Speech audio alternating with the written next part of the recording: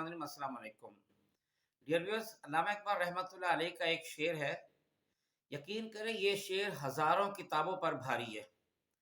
हजारों किताबें मिलकर वो लेसन नहीं देती जो ये एक शेर देता है। हजारों किताबें मिलकर वो असर पैदा नहीं करती जो ये एक शेर पैदा करता है।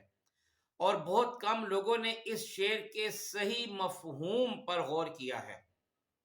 और वो शेर ये है, आज अब उसको आपको बताऊंगा तो फिर आपको अंदाजा होगा इसमें हमारी पूरी जिंदगी आ रही है। कैसे आ रही है वो बताता हूं, सुनिएगा जरूर प्लीज।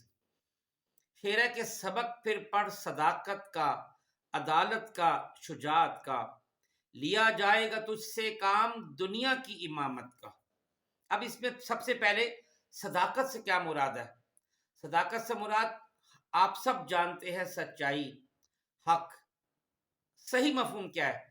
हक के साथ खड़े होना, दुरुस्त इंसान को वोट देना, सही पार्टी के साथ खड़े होना, सच बोलना, लेकिन ऐसे सच से गुरेज जिससे किसी का घर उजड़े। यानी सच बोलना, ठीक मौके पर बोलना, गलत मौके पर सच ना बोल देना।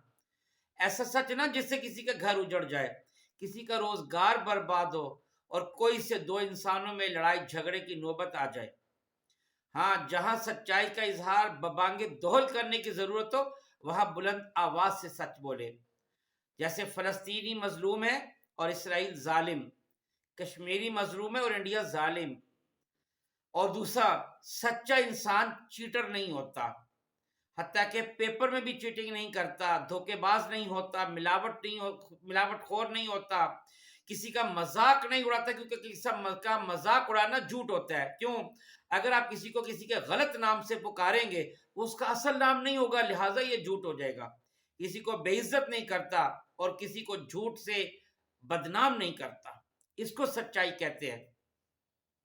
और अगर मैं ये कहूं इसमें शुजात, बहादुरी क्या है, तो इससे मुराद घबराना नहीं, ना इम्तिहान से, ना मुसीबत से, ना दुश्मन के असलहे से, ना दूसरों की ताकत से।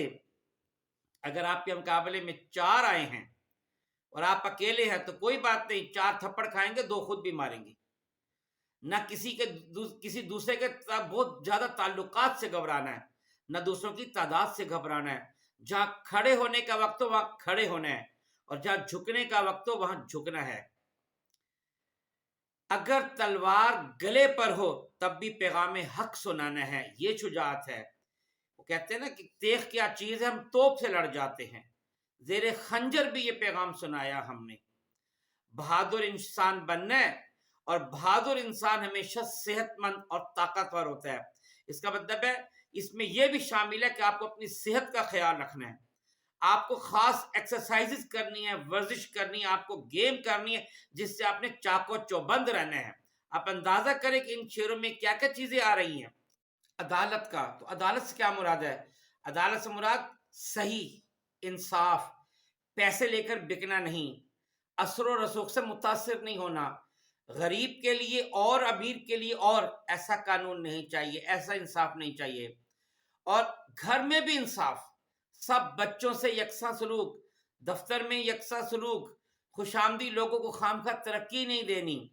अगर आप टीचर हैं तो तमाम बच्चों से इंसाफ, कोई एक बच्चा दो बच्चे आपके फेवरेट ना हो, जिनको ट्यूशन पढ़ाते हैं वो आपके फेवरेट ना हो।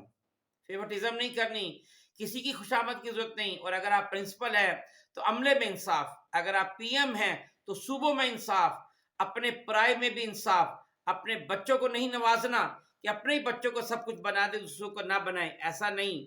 आप पार्टी के सदर हैं, जो भी हैं आप, आपको इंसाफ करना है, ये अदालत है। आप गौर करें, अल्लामा इकबाल रहमतुल्लाह अलैह के इस शेर में पूरी हमारी लाइफ आ रही है।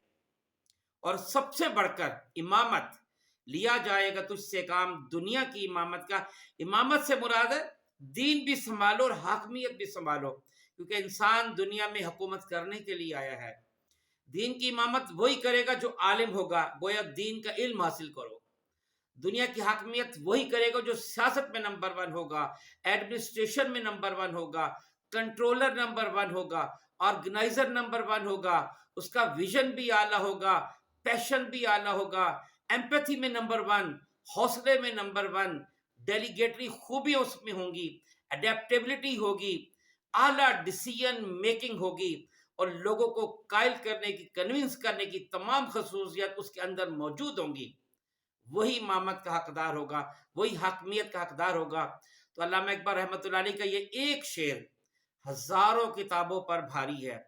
इस पे सही अंदाज में जो मैंने गौर किया तो आप तक पहुंचाया, आप भी इसको आगे लोगों तक पहुंचाए ताकि पता चले कि ये जो शेर है यही हमारी जिंदगी का मेन हासिल है। मैं इसको यूं भी कह सकता हूं कि ये हमारे इस्लाम का पूरा खुलासा है। मैं ये भी कह सकता हूं कि ये कुरान पाक का भी एक किस्म का एक हद तक खुलासा है। बहुत शुक्रिया। अस्सलाम वालेकुम वरहमतुल्लाहि वबरकातुहू।